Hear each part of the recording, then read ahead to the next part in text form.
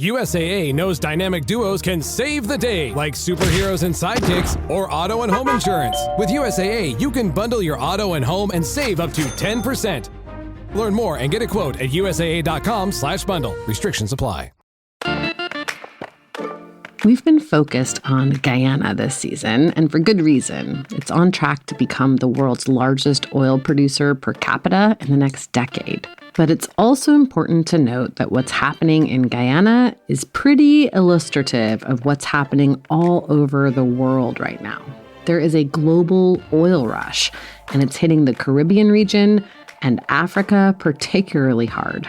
Today, I'm bringing you a conversation with reporter Jeff Goodell at Rolling Stone, who's just written a scorching piece on what's been happening in Namibia, particularly with respect to a company that seems to have claimed on paper that there are billions of barrels of oil on its land, but never actually proven that there's anything there.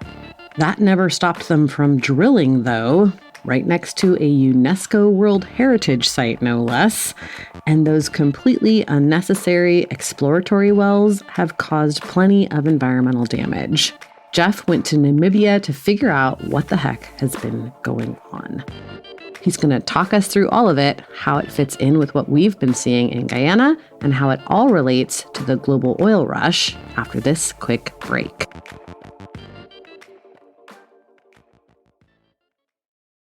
The Abercrombie Kids Summer Sale is in full swing, with up to 50% off select styles for the season. Summer plans, vacation, and camp days are all covered, with new dresses, shorts, tees, and swim. Abercrombie Kids has the summer staples they need and the looks that they want to wear. Shop in-store, online, or in the app.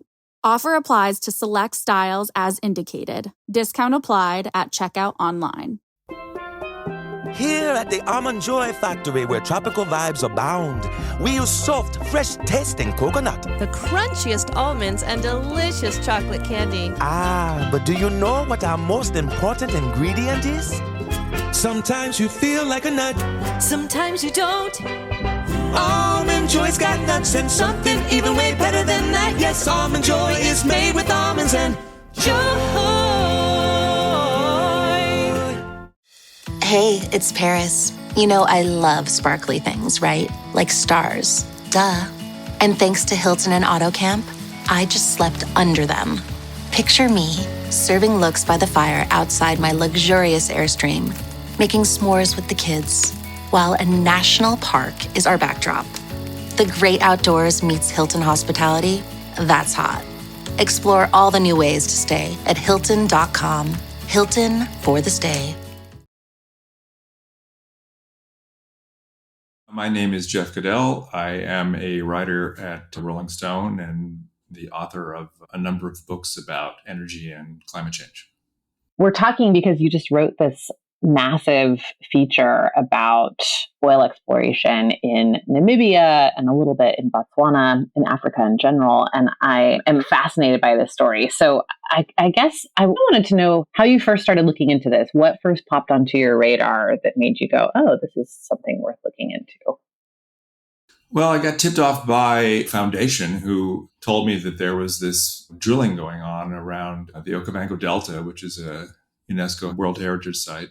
And they were interested in life conservation and things. And like you and many journalists, we get pitched stuff all the time. And I was like, yeah, it sounds great, but I got lots to do. And right. And so I kind of didn't think about it. And then I was just sort of Googling around one day and thinking more about it and started to look into it a little bit. And it became really interesting to me very quickly because this company called Recon Africa, which was based in Vancouver, they were a kind of, a small kind of oil and gas exploration company. And there was some really good reporting that had been done by National Geographic that suggested that, maybe this was not all up and up. And maybe there was some other game being played here besides straightforward oil and gas drilling and exploration. And it just piqued my interest. And the more I looked into it, the more complex and fascinating it became. And I finally pitched my editors and said, yes, let's go have a look. And that's what I did. Yeah. Yeah. And I don't want to spoil the story for people because I want them to go and read it. But to the extent that you can share a little bit about what you found um, without ruining the story for people, yeah, can you walk us through what you found when you got on the ground in Namibia? Well, I think, the first thing I should say is right before I left, I called this Harvard geologist named Paul Hoffman, who's a very, very, very one of the most sort of famous geologists in the world, as far as geologists are famous, who is most known for kind of this idea of snowball Earth, this idea that at several points in Earth's distant past, it was more or less covered with ice. And it's a very controversial theory, but he was the one who kind of proved it. And he proved it by studying the rocks in Namibia for about 40 years. And he knows the rocks in Namibia the way, most people know their children's faces or something. And I called him, and he basically said, I explained the story to him, and I was interested in drilling. Did he have any advice for me about traveling in Namibia and this and that? And he said, there's no oil there. And I said, well, what do you mean? And he said, whatever they're saying, I know this place, and there's basically no oil there. And I was like, well, then what are they doing? And he said, well, one thing you're going to learn is that a lot of oil and gas companies are better at drilling into their investors' wallets than they are into the rocks in the ground. Yeah. And with that, I got on a plane and went to Namibia. And so my time there was about trying to understand what was going on. If there was no oil there, then what were they doing? And if there was oil there, was this guy, Paul Hoffman, this man who understands Namibia better than anyone, was he completely wrong? And was that a remarkable kind of discovery? Recon Africa was claiming there was 120 billion barrels of oil that had been produced in this basin that they had so-called discovered. And as you know, 120 billion is a pretty big number.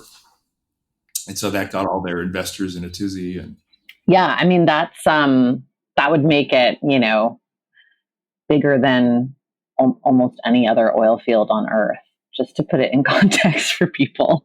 Like, they're like, hey, we discovered the new Saudi Arabia and no one else knew it existed for this whole time. Yes.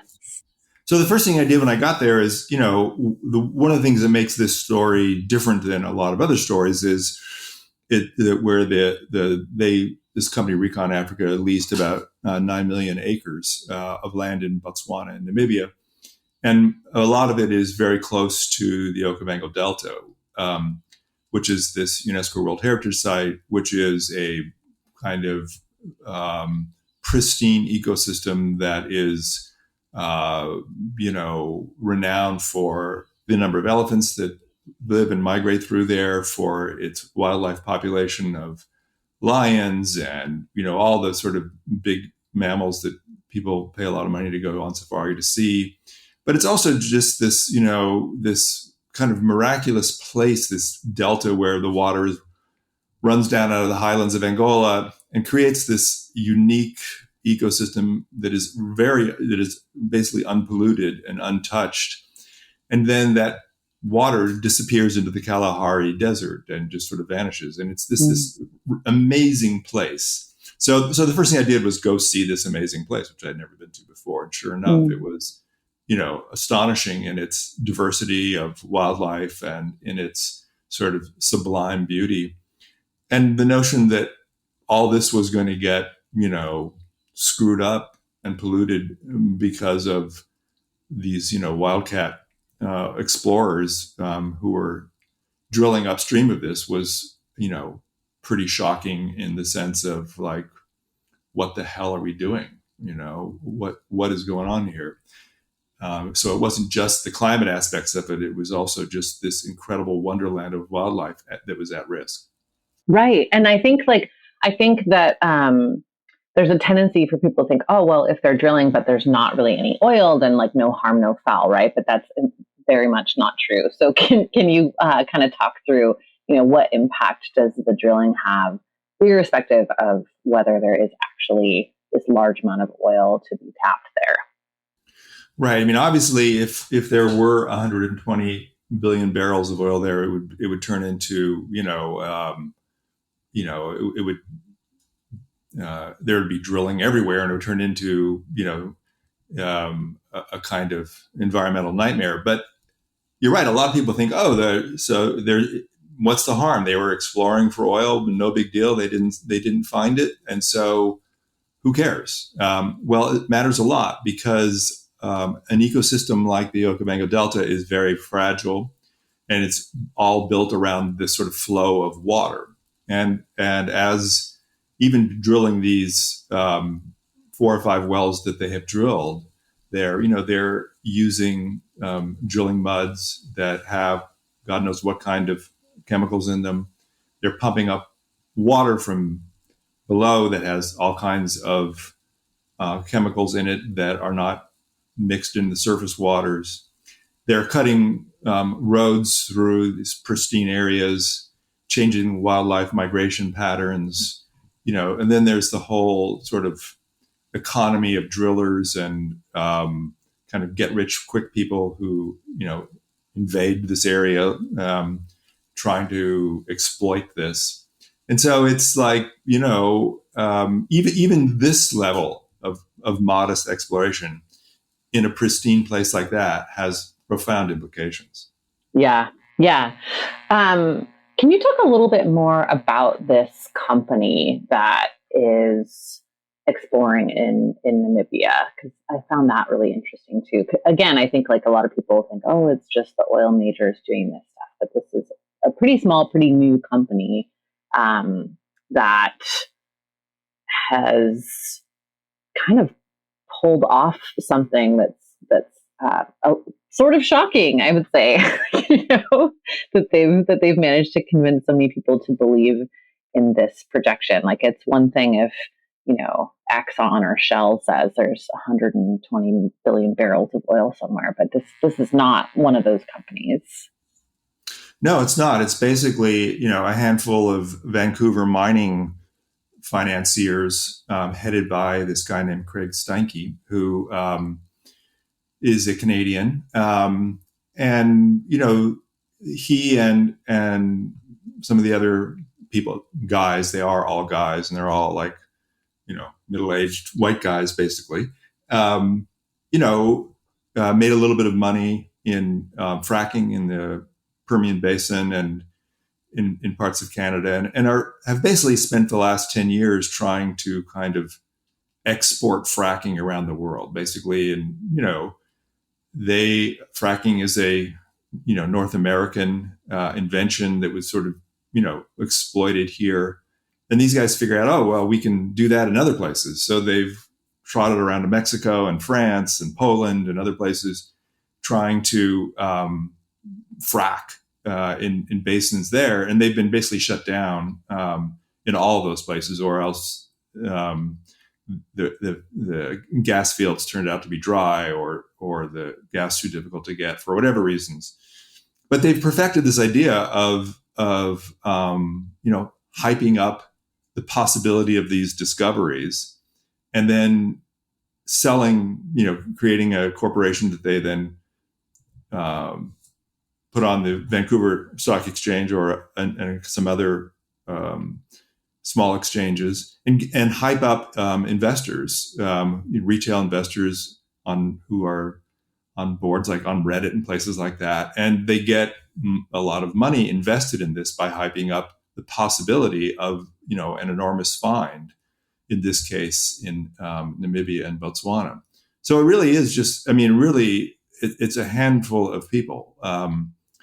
When I was in Namibia, I went to the company headquarters. It was like, well, okay, so Recon Africa has got this operation that I'm reporting about. It's this high-profile drilling operation. I figured they would have a building, an office.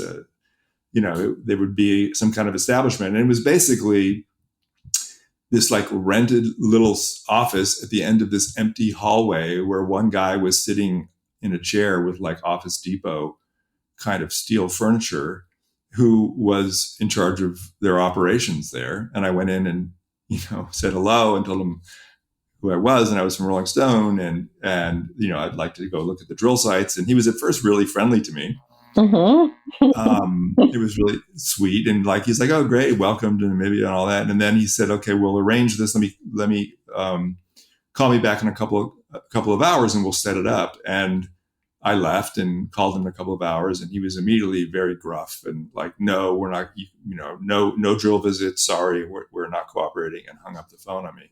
He'd obviously checked in with somebody and like, "No, we're not letting any reporters anywhere near this."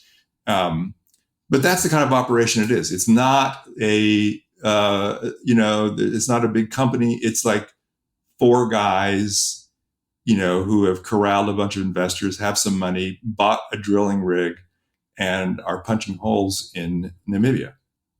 It's wild. It's wild that that's like a thing that you can do. And make a lot of money at it. Yeah, I make a lot of money at it, even if there's nothing coming out of those wells. Have they? What's kind of the status of this project right now? Well, they've drilled 3 or 4 exploratory wells. They haven't really. They claim to have found what they call a working petroleum system, but all of the petroleum engineers I've talked to who've looked at their data said it's not a working petroleum system. Their stock price is, under $1 and has been under $1 for a long time. It was up around 7 or 8, I think even $9 for a while a year ago, which was when all of the insiders cashed out. This company was worth at a certain point something like a market cap of like $2 billion, even though, they'd never found any oil, and their office was nothing more than a steel chair in a lonely little building in Rundu, Namibia. I don't know where it's going to go. They looks like they have enough operating cash to go through another quarter or two, but a lot of the main investors have already moved on to other companies, and even the key player, Craig Steinke, who is the sort of man behind this, he's moved on. He's involved in some other companies. So I basically think they're going to fade away. I think that, they're just going to vanish in this sort of petroleum haze. I think that after several years of promising, I think even their,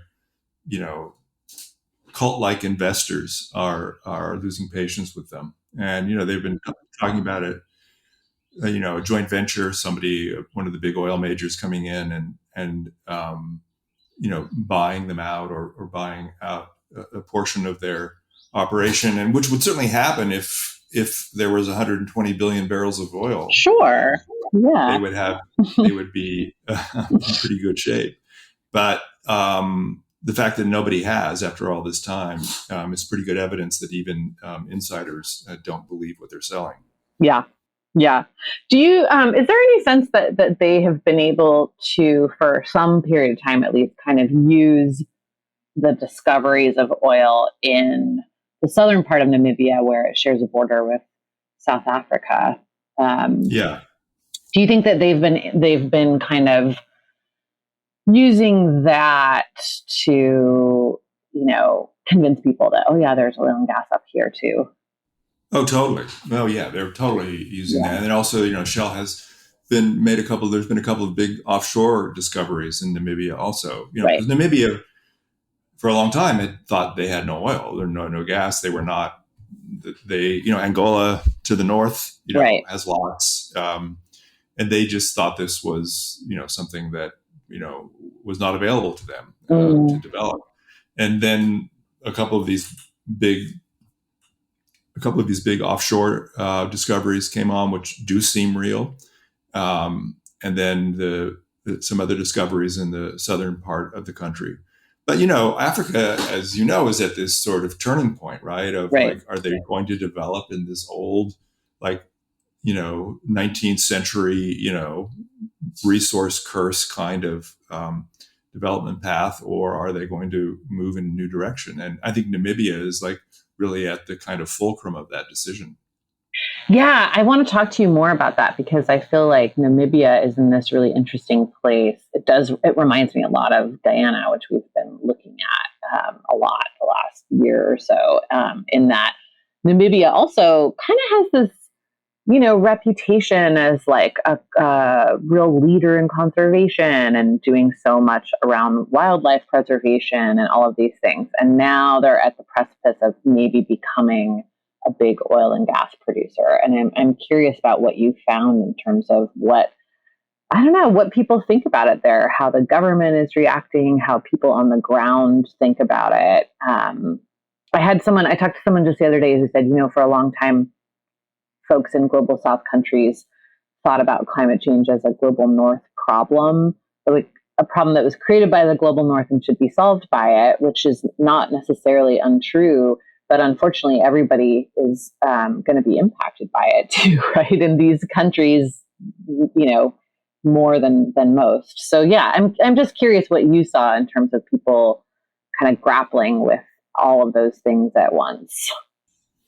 Yeah, well, I think it's a really, really important question, and I think probably maybe one of the most sort of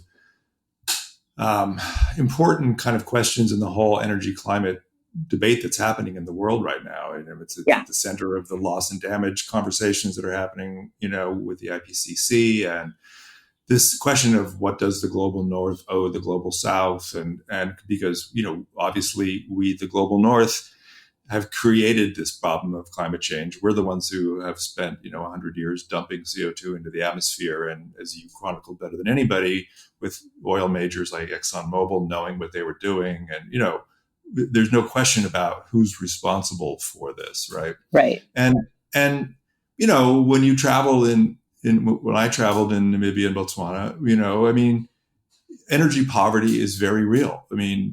It's really important in countries in Namibia and Botswana for more people to get access to energy for all kinds of very obvious reasons. And, there's a legitimate argument to be made that, look, that I even in a meeting with the Namibia's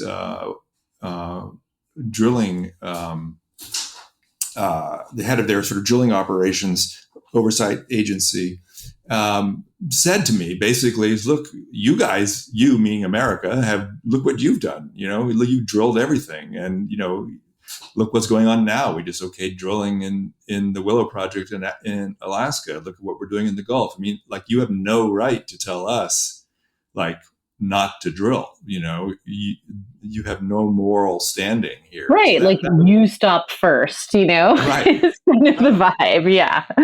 Yeah. And that's really true. Yep. It's really true. We do have no moral standing to tell, to come in there and say, shame on you. However, what's very powerful that's happening there, and what I encountered on the ground, was a lot of African activists, African sort of, new energy thinkers who are saying, look, forget what, people in the US want us to do or care. It's for our own good, we need to go on a different path, because the future is not oil and gas. These things are going to turn out to be stranded assets. They're going to screw up our country. They're going to pollute. They're going to do all the things that we can see has happened to the US and to other countries who have gone down the path of fossil fuel development. We're smarter than that. The advantage is to go on this new and different path. And Namibia is a great example, because Namibia's solar resource, for example, is just phenomenal. It's better than California or Nevada. It's really, they have the real gold mine, or the real 120 billion barrels of oil in Namibia is not in the ground. It's in the sun. And the possibilities of that are huge. And they're also doing things, very innovative things, like green hydrogen development, that they have a big project going on that is, I think it's $9 billion or something of investment, that is very progressive and, a kind of step towards this sort of new energy economy also. So they're at this sort of, fulcrum of this change. But one of the things the Recon Africa story shows is the ability of the oil and gas industry world players to, access political officials, to get okays to do things. They know how to pull the levers, and they know how to pay off the right people, and get the development going, even in ways that even if it's not the sort of smartest path or the most democratic path or the one that most people in the country want, they know how to get it done, which is the same story as you saw in Guyana and we see in America. Yeah. Yeah. Well, and then, there's this dual problem, which you pointed to before, of like, it's not just the long-term potential impacts around climate, but also the near-term impacts of, air and water pollution and the potential for oil spills and all that kind of thing too. Did you get a sense of how well or not the Namibian government is positioned to actually like regulate an oil and gas industry? No, I mean, my sense is that they are children in a sandbox in dealing with these big experienced oil and gas players, even like Recon Africa. I mean, Recon Africa is in the classic way kind of trying to exploit this in a way, and they're talking about how they talk about how their drilling mud and their drilling fluids are 100% organic, right? As if it's like Gwyneth Paltrow developed it or something. It's like, it's hilarious, Wow. Drilling mud or a mask. Yeah. Right? Oh, wow. That's really interesting. Is there a sense like in Guyana, there's very much this idea of like, oh, well, oil and gas is going to make us rich and, solve all of our development financing problems. And in a very big way, it actually gets talked about all the time there that like the oil money is going to pay for climate adaptation, which is such a like really clear example of, what happens when the global north does not step up and do, what it should on climate. It's like, okay, now we've kind of abandoned these countries to rely on oil companies to pay for climate adaptation. And the trade-off is, more drilling and all of that. So anyway, I don't know, is that something that you saw in Namibia as well, where it's like, well, this might be a problem, but it'll bring in money and we need that money to deal with all of these other things? Yeah, I mean, that's clearly a big part of the sort of pitch that a company like Recon Africa makes. Although in this case, they don't really talk that much, at least that I saw, about climate-related adaptation and money. It's more just like, economic development. It's like, we're going to bring jobs to these poor people. We're going to, provide clean drinking water. We are experienced professionals. We do this right. We're not a fly-by-night organization. We care about Namibia, blah, blah, blah. They're very good at, pitching this as the path for economic prosperity and growth, right? And then you go there and you walk around and you talk to people in the villages and things around there. And yes, they drilled a couple of drinking wells that cost them $2,000 or $3,000. And that has helped a couple of, the villages. And I visited some of these wells and people were happy that they were there. But it's like, buying the local soccer team new shirts or something. I mean, it's like, they know how to build up this kind of goodwill at a very cheap cost. And you ask them about, when I asked people about, employment and jobs, and, they would hire someone to like hold a flag on a dirt road for a day or two and pay them less than $1 or something. And then that would be the end of it. And, clearly all of this drilling stuff is, everything there was Halliburton. I mean, this is all imported stuff, imported engineers. The actual, job possibilities for local people there are very, very small. the oil contracts, most of the money is, going out of the country. The money that's not going into the hands of sort of corrupt officials is going out of the country. It's a very transparent game that anybody like you who has looked at this for a long time knows exactly how it's played, and they're really experts at it, and they're really good at it, and they have that playbook down. Yeah. What about sort of civil society groups in Namibia? So, like nonprofits and foundations, but also journalism, government watchdog groups, things like that. Are any of those folks kind of starting to look at this stuff more critically? Yeah, I mean, first of all, Namibia has some really good journalism. The paper, The Namibian, has done some really good coverage of Recon Africa and of the problems with drilling in these fragile areas. So they do have that. They are building. There is a growing, activist community. Fridays for the Future, other organizations like that have a real presence. One of the things that really caught my eye in first beginning to explore this story and deciding to actually go there and write about it was seeing some video of some of the sort of community meetings where local activists were challenging some of Recon's officials who would come in and describe these drilling projects to them, and the local activists really kind of got up in arms about it and really challenged them. And I thought, oh wow, this is really interesting. There's a lot of pushback here. That's really interesting. Is the government how is the government sort of supportive of that or not, or more on the side of the oil companies or sort of neutral? What's the relationship like there? Yeah, well, I mean, it's complex, the